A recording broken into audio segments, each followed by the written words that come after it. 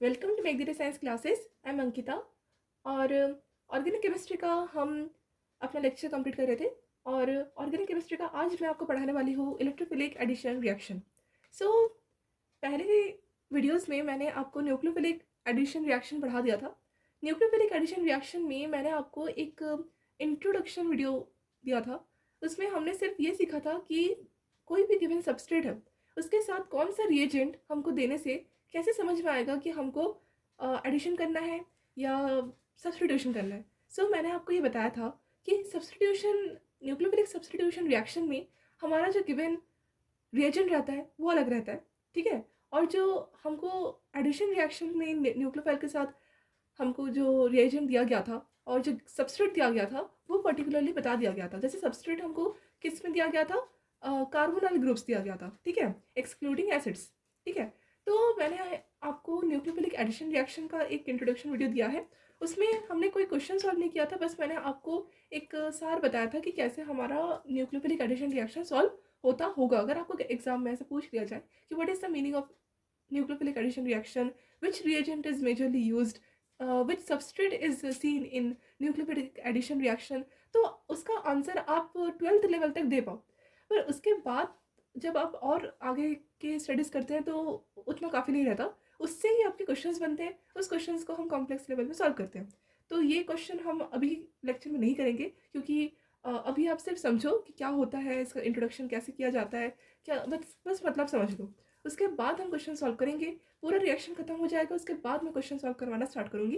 पहले रिएक्शन को आप समझो कि किस तरह से, क्या देखने से हमको समझ आए कि एडिशन करना है, सब्सटीट्यूशन करना है, कहाँ न्यूक्लियोफाइल को ऐड करना है, कहाँ इलेक्ट्रोफाइल को ऐड करना है, कहाँ न्यूक्लियोफाइल को सब्सटीट्यूट करना है, कहाँ इलेक्ट्रोफाइल को सब्सटीट्यूट करना है। बस आप पहले ये सीखो, इतना आपके लिए पहले बेस है। उसके बाद हम क्वेश्चन सॉल्व करना स्टार्ट करेंगे, राइट। अगर मैं आपको पहले से क्वेश्चन का इतना ज़्यादा लिस्ट दे दूंगी तो आप सोचोगे बाप रे नहीं करना हमको, है ना। तो इसीलिए पहले आप समझ लो, समझने के बाद इंटरेस्ट आएगा, आप खुद ही क्वेश्चन ढूंढोगे, आप खुद ही सॉल्व कर लोगे, ठीक है। नहीं, मैं भी आपको दूंगी क्वेश्चन, पर पहले हम बेस को सीख लेते हैं, बेसिक से स्टार्ट करते हैं। तो हम already nucleophilic addition reaction solve कर चुके थे। सो आज का हमारा टॉपिक है इलेक्ट्रोफिलिक एडिशन रिएक्शन, ठीक है। हेडिंग दीजिए इलेक्ट्रोफिलिक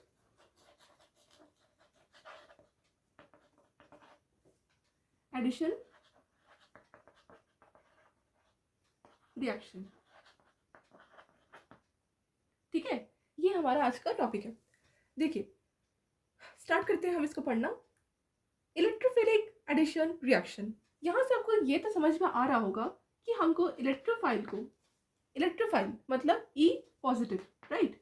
ये ई पॉजिटिव आपका क्या है, हमारा इलेक्ट्रोफाइल है, ठीक है, जो कि इलेक्ट्रॉन लविंग स्पीशीज होता है। अब ये इलेक्ट्रोफाइल क्या करेगा, ऐड होगा सबस्ट्रेट पे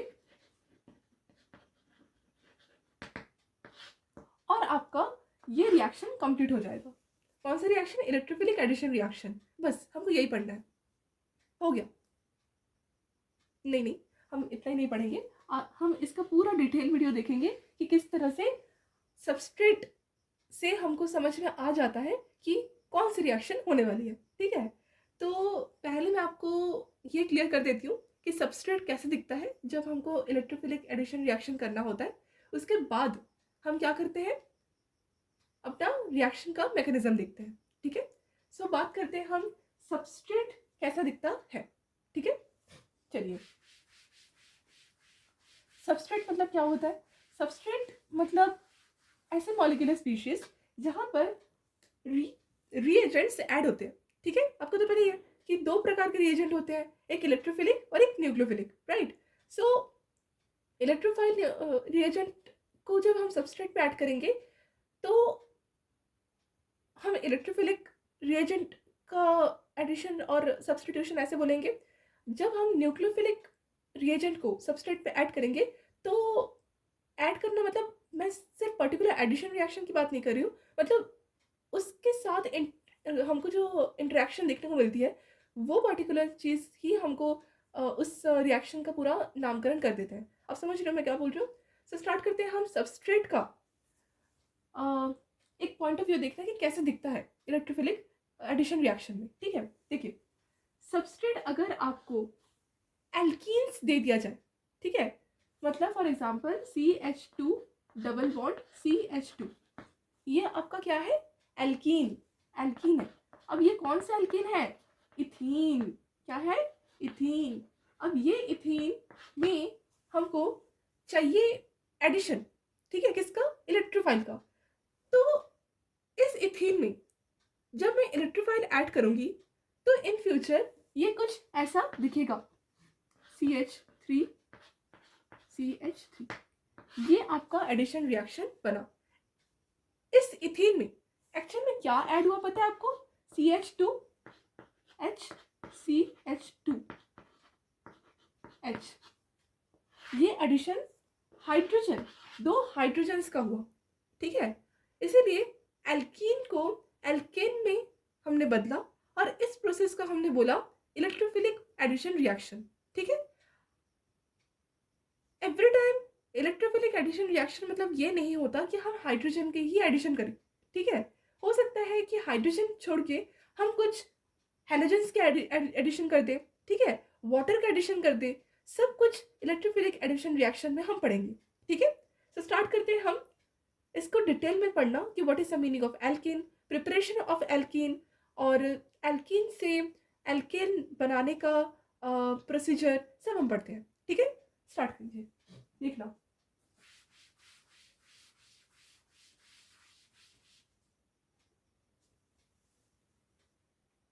दिख रहा है ना, हाँ दिख रहा है।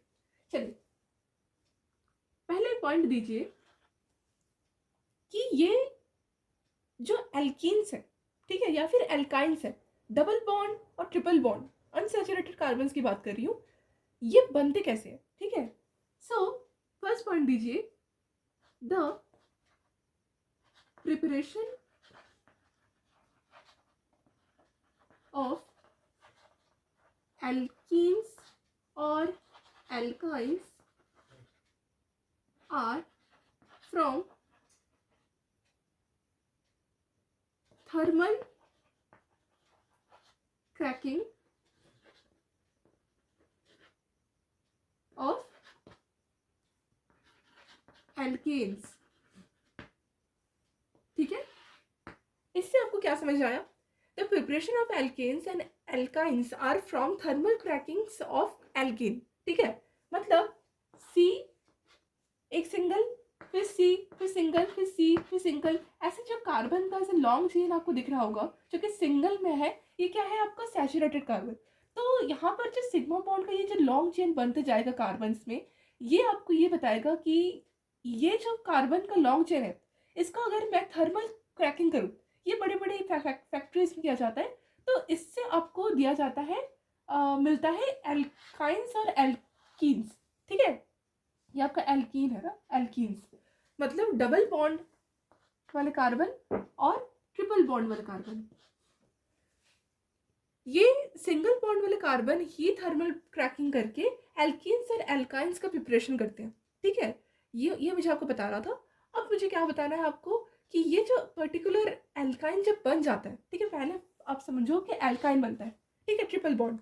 अब ये जो ट्रिपल बॉन्ड है, ये ट्रिपल बॉन्ड को हम किस तरह से एडिशन करके एसे में कन्वर्ट करते हैं, ये हमारा आज का पढ़ने का टॉपिक है, ठीक है। देखिए बहुत सारे सिंगल बॉन्ड्स ब्रेक होके पर्टिकुलर आपको ट्रिपल बॉन्ड और डबल बॉन्ड तो देंगे, ठीक है, उनका उनका मिक्सचर देंगे। पर जब हमारे पास कोई ट्रिपल बॉन्ड का क्वेश्चन आया या डबल बॉन्ड का क्वेश्चन आया, ठीक है, कार्बन आया, तो उसको हम प्रैक्टिकली कैसे एडिशन करके सिंगल कोवेलेंट बॉन्ड में ट्रांसफर करते हैं, ट्रांसपोर्ट करते हैं, वो हम आज सीखेंगे, ठीक है। मतलब इस पर्टिकुलर में एडिशन करना है हमको, ठीक है। पहले ये एल्केन्स थे, ठीक है, पर एल्केन से हम अभी ये देखेंगे कि किस तरह से एल्काइन बना, ठीक है। आप समझो कि एल्काइन बनता है थर्मल क्रैकिंग से, ठीक है, इन हाई टेम्परेचर, और फिर एल्काइन से हमको क्या देखना है कि एडिशन रिएक्शन किस तरह से होती होगी, ठीक है। मतलब थर्मल क्रैकिंग तो हम ऐसे प्रैक्टिकली नहीं करेंगे, पर हाँ हम एडिशन रिएक्शन प्रैक्टिकली देख सकते हैं, ठीक है। ये हम एक्सपेरिमेंटली लैब में प्रिपेयर करते भी हैं, ठीक है। सो डबल बॉन्ड और ट्रिपल बॉन्ड इनका एडिशन रिएक्शन हम देखेंगे।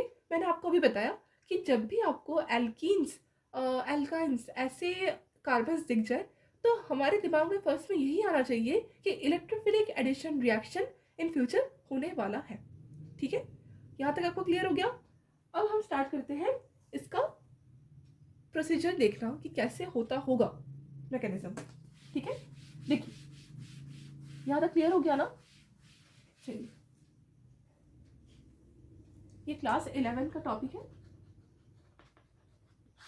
IIT JEE में भी क्वेश्चंस बनते हैं इससे। ठीक है, देखिए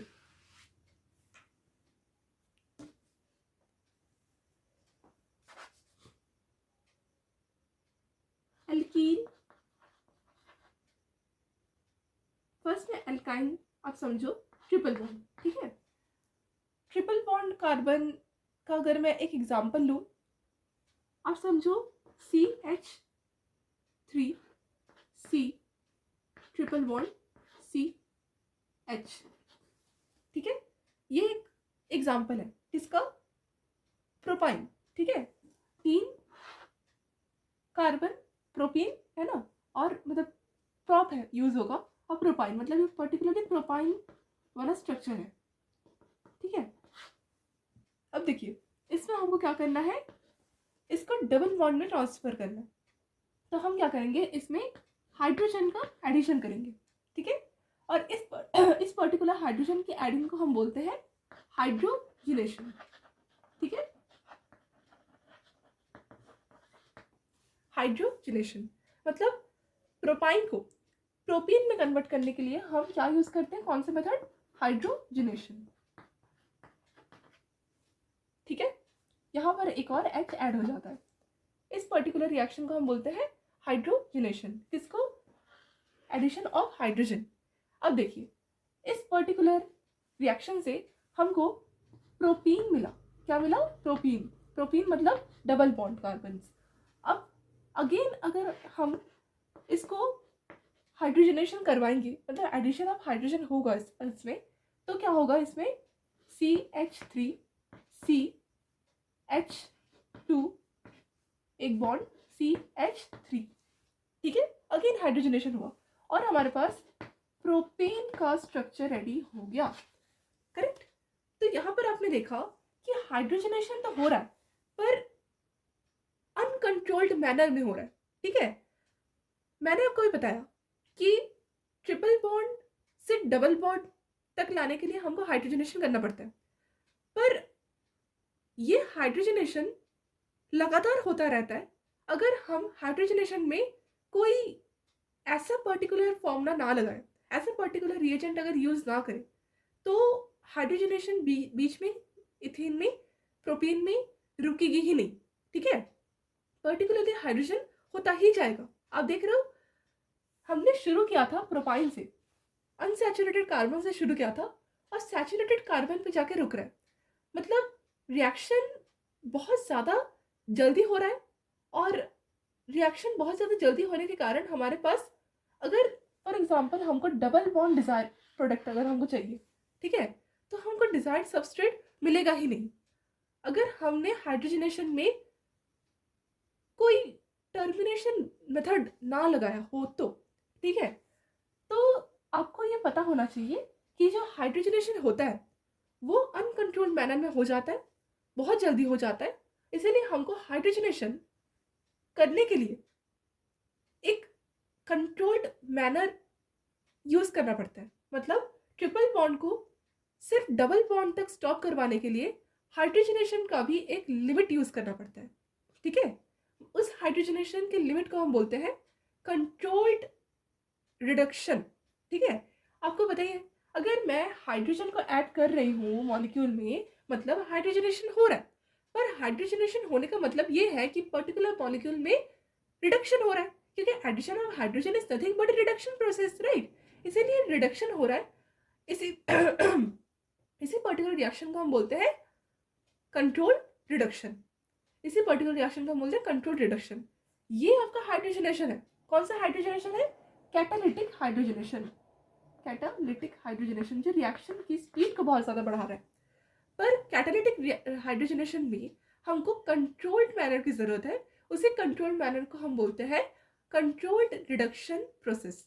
अभी तक वो किया नहीं गया है, अब मैं आपको करके बताती हूँ कि किस तरह से कंट्रोल्ड रिडक्शन प्रोसेस को किया जाता है। ठीक है, सो स्टार्ट करते हैं हम पढ़ना कि what is the meaning of controlled hydrogenation, controlled reduction process. Okay, start करते हैं पढ़ना। यहाँ तक आपको क्लियर हुआ? चलिए, अगर क्लियर नहीं हुआ तो आप वीडियो देखते रहिए, क्लियर हो जाएगा। देखिए, हमको क्या पढ़ना है? Controlled reduction process. देखिए, कंट्रोल्ड रिडक्शन प्रोसेस ये एक ऐसे रिएक्शन है जिसमें हाइड्रोजनेशन एक लिमिट तक होता है। मतलब एल्काइन से इन फ्यूचर तो एल्केन ही बनेगा, पर एल्काइन से हमको एल्कीन में चाहिए प्रोडक्ट, तो इसी प्रोडक्ट में हमको एक रिएजेंट को यूज़ करना पड़ेगा। ठीक है, फॉर एग्जांपल हम अपना जो कंट्रोल्ड रिडक्शन प्रोसेस में रिएजेंट यूज़ करते हैं सिर्फ एल्कीन डिजायर्ड प्रोडक्ट को लाने के लिए, वो रिएजेंट हो जाता है आपका लिंडर्स कैटलिस्ट। लिंडर्स कैटलिस्ट, ये जो पर्टिकुलर लिंडर्स कैटलिस्ट है, इसमें जो हाइड्रोजन होता है ये रिएक्शन की स्पीड को तो मेंटेन करता है, पर हाँ, लिंडर्स कैटलिस्ट के अंदर सिर्फ हाइड्रोजन नहीं बल्कि अदर सॉल्वेंट्स भी पाए जाते हैं, मतलब सॉलिड्स, आप समझो। ठीक है, अब देखिए हमको क्या करना है, लिंडर्स कैटलिस्ट क्या होता है इसका मैकेनिज्म देखना है। देखिए, लिंडर्स कैटलिस्ट में H2 होता है, ठीक है, और ये होता है PD, और PD के साथ पाया जाता है कैल्शियम कार्बोनेट और बेरियम सल्फेट या फिर बेरियम सल्फेट। ठीक है, देखिए ये जो पर्टिकुलर रिएजेंट हमको दिख रहा है, this reagent is called Lindlar's catalyst. Okay, Lindlar's catalyst ये पर्टिकुलर रिएजेंट है हमारा।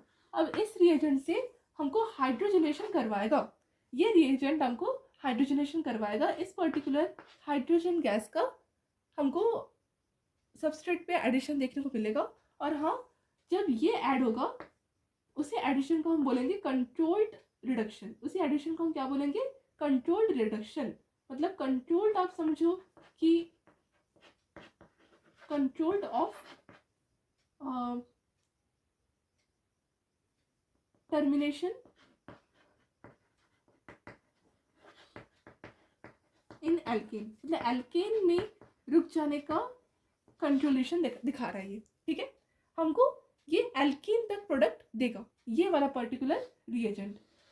तो हमारा जो प्रैक्टिकल है वो इजी बन गया इस लिंडर्स कैटलिस्ट की वजह से। ठीक है, अब हम सॉल्व कर मतलब समझ लेते हैं कि ये जो पर्टिकुलर रिएजेंट हमको दिख रहा है H2 in the presence of palladium, calcium carbonate या फिर बेरियम सल्फेट, इसका पर्टिकुलरली मतलब जो प्रैक्टिकल हो रहा है अंदर वो क्या कैसे चल रहा है। ठीक है, देखिए मिटा दो। ओके, देखिए क्या हो रहा है, हमारे पास एक सबस्ट्रेट है, समझ लीजिए एल्काइन। एल्काइन से स्टार्ट करते हैं। ये हमारे पास क्या है? एक एल्काइन है। क्या है हमारे पास? Alkyne substrate.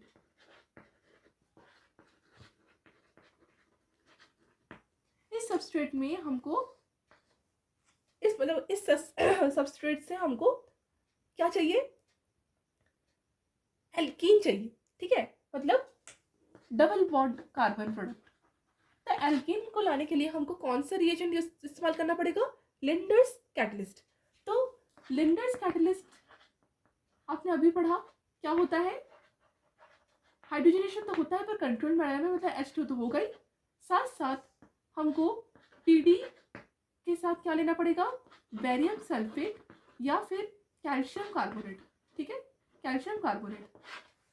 तो बेरियम सल्फेट या फिर कैल्शियम कार्बोनेट में कोई एक लीजिए, क्योंकि बेरियम सल्फेट और कैल्शियम कार्बोनेट आपको तो पता ही है कि दोनों ही वाटर में इंसॉल्युबल होते हैं। Calcium carbonate is chalk powder, barium sulphate तो इंसॉल्युबल होता ही है ये सॉल्यूट। तो इन दोनों में से कोई एक आपको लेना पड़ेगा।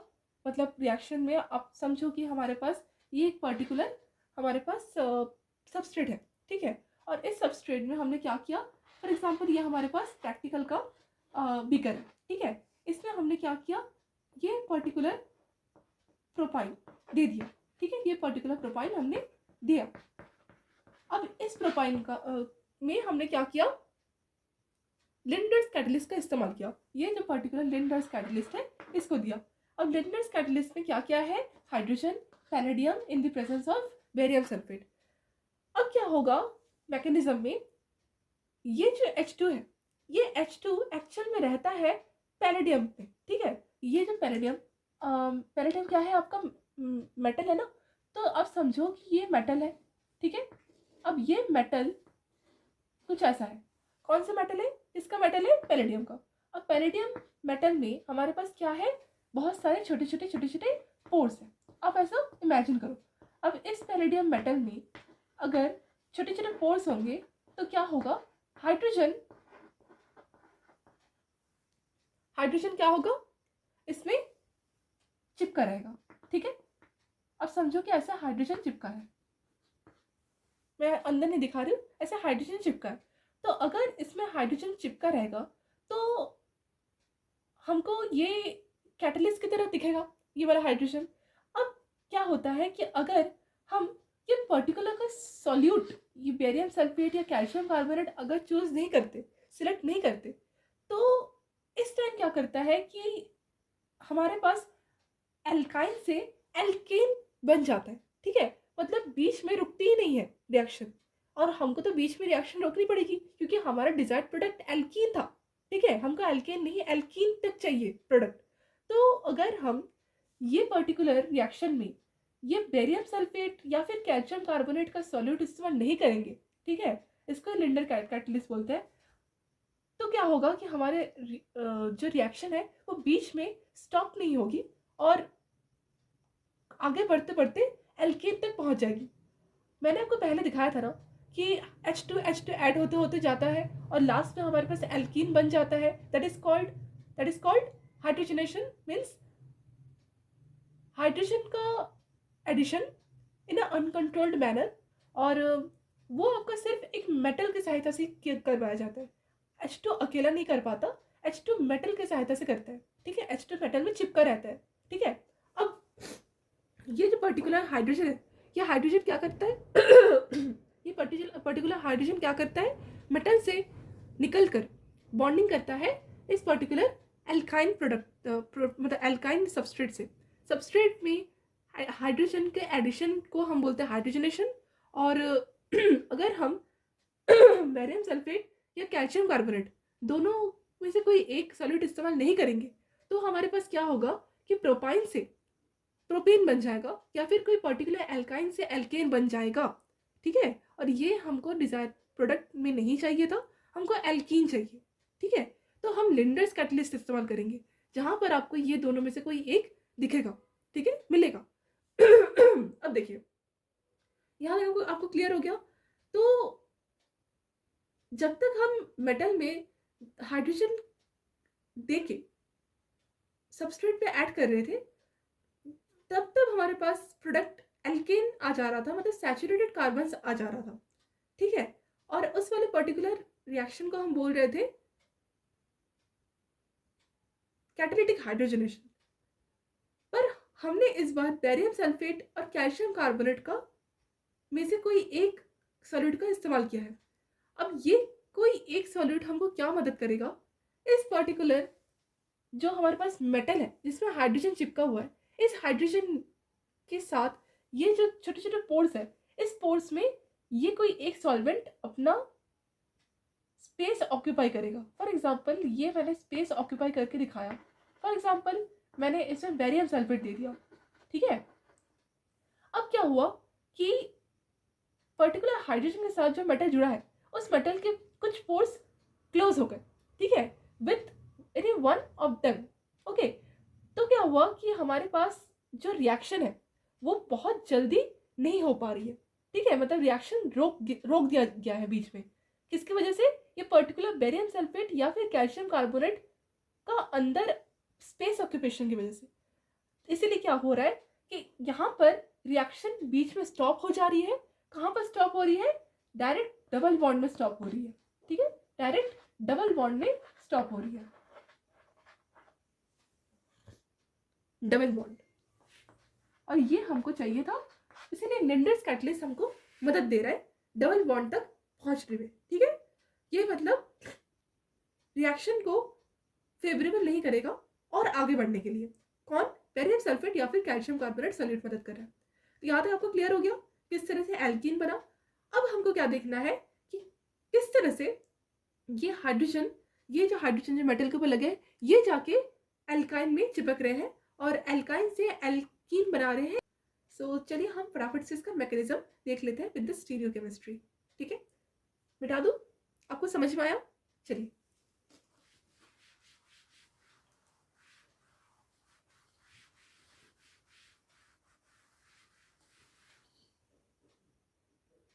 चलिए नेक्स्ट है हमारा मैकेनिज्म देखना कि किस तरह से ये जो हाइड्रोजन है वो ऐड हुआ।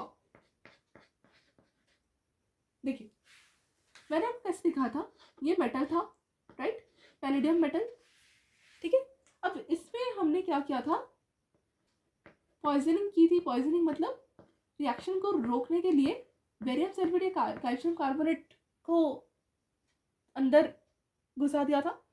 तो इसमें जब कुछ पोर्स बचे, वो कुछ पोर्स ही आपका फेवरेबल कर पाए रिएक्शन को आगे प्रोसीड करने में।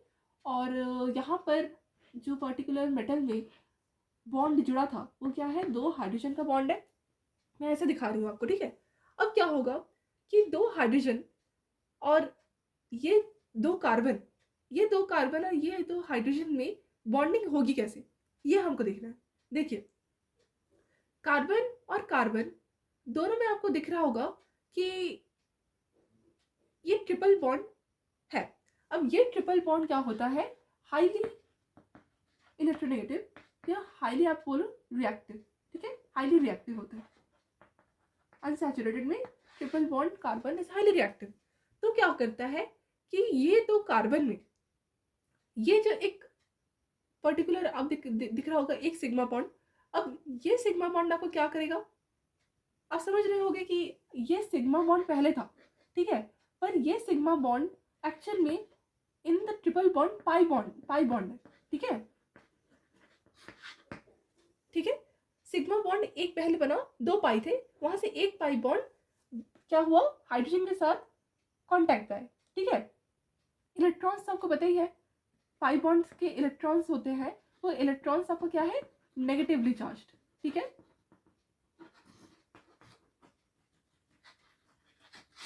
अब ये नेगेटिवली चार्ज्ड स्पीशीज क्या करेंगे, मतलब नेगेटिवली चार्ज्ड इस पाई बॉन्ड में ये हाइड्रोजन के डेल्टा पॉजिटिव वैल्यूज को इंटरेक्ट करेंगे और क्या होगा? इनमें धीरे धीरे धीरे धीरे एक अट्रैक्शन बनेगा। ठीक है, और जो फाइनल हमारे पास प्रोडक्ट दिखेगा वो कुछ ऐसे दिखेगा, ऐसे ऐसे। ये हमारे पास डबल बॉन्ड, ये CH, और यहाँ से एक ऐसे बॉन्ड आया, ठीक है, और यहाँ से एक ऐसे बॉन्ड आया, और यहाँ पर जो हाइड्रोजन का ये दो बॉन्ड था, मतलब दो हाइड्रोजन का एक जो बॉन्ड था, ये ब्रेक हुआ, यहाँ से एक पाई बॉन्ड ब्रेक हुआ, यहाँ से एक सिग्मा बॉन्ड ब्रेक हुआ, sigma bond breaks of hydrogen and one pi bond break from carbon. ठीक है, यहाँ तक आपको क्लियर हुआ? अब ये जो पर्टिकुलर हमको हाइड्रोजन की एडिशन दिखी, ये हाइड्रोजन के एडिशन में मेटल का बहुत बड़ा हमको रोल दिखा, और एक बार हाइड्रोजन को ऐड कर दिया मेटल का काम खत्म हो जाता है। ठीक है, ये पर्टिकुलर पैलेडियम मेटल ने हमको मदद की। ठीक है, अब ये जो हमारे पास प्रोडक्ट बना, ये क्या बना हमारे पास? एल्काइन से एल्कीन, एल्कीन बना हमारे पास। ठीक है, यहाँ तक क्लियर हुआ किस तरह से एडिशन हुआ होगा अब यहाँ पर दो जो हाइड्रोजन है, ये हाइड्रोजन एक्चुअल में हमको देखना पड़ता है कि कार्बन, दो कार्बन के किस साइड से जुड़ा है, ठीक है। मतलब क्या दूसरे कार्बन के ऑपोजिट साइड से हाइड्रोजन आया है, या कार्बन और कार्बन दोनों कार्बन के सेम साइड से आया है। देखिए जब एडिशन हो रही थी साइमल्टेनियसली हुई, ठीक है, मतलब एक साथ इंटरेक्शन हुआ था, दो ही हाइड्रोजन का एक टाइम में बॉन्ड टूटा, एक टाइम में दो कार्बन ने अपने एक पाई बॉन्ड को ब्रेक करके दो हाइड्रोजन को अपने तरफ खींच लिया, ठीक है। और यहाँ दो हाइड्रोजन ने एक इलेक्ट्रोफाइल की तरफ वर्क किया, राइट, मतलब इलेक्ट्रॉन की तरफ मूव किया ना, इसमें इलेक्ट्रॉन ज़्यादा थे, पाई बॉन्ड था तो इसीलिए यहाँ पर आपका इलेक्ट्रोफाइल ऐड हुआ। तो यहाँ से आपको क्लियर हुआ कि ये एक इलेक्ट्रोफिलिक एडिशन रिएक्शन है, ठीक है। कौन सा रिएक्शन है? Electrophilic addition reaction. और ये क्या है? कंट्रोल्ड रिडक्शन, हाइड्रोजन का एडिशन, ठीक है। यहाँ तक आपको क्लियर हो गया। और ये जो दो हाइड्रोजन है, ये साइमल्टेनियसली एक साथ दो कार्बन में एडिशन होने की वजह से दो ही कार्बन के सेम साइड ऐड होते हैं, और सेम साइड एडिशन को स्टीरियोकेमिस्ट्री के नाम से, एडिशन रिएक्शन के नाम से सिन एडिशन बोला जाता है। क्या एडिशन बोला जाता है? Syn addition. और जो उल्टी तरह से ऑपोजिट कार्बन से मूव करते हैं ना, जो मतलब मॉलिक्यूलर स्पीशीज, वो हम बोलते हैं एंटी या ट्रांस एडिशन, ठीक है। वो मैं आपको बाद में बताऊंगी। यहाँ तक आपको क्लियर हो गया? कोई डाउट तो नहीं? चलिए।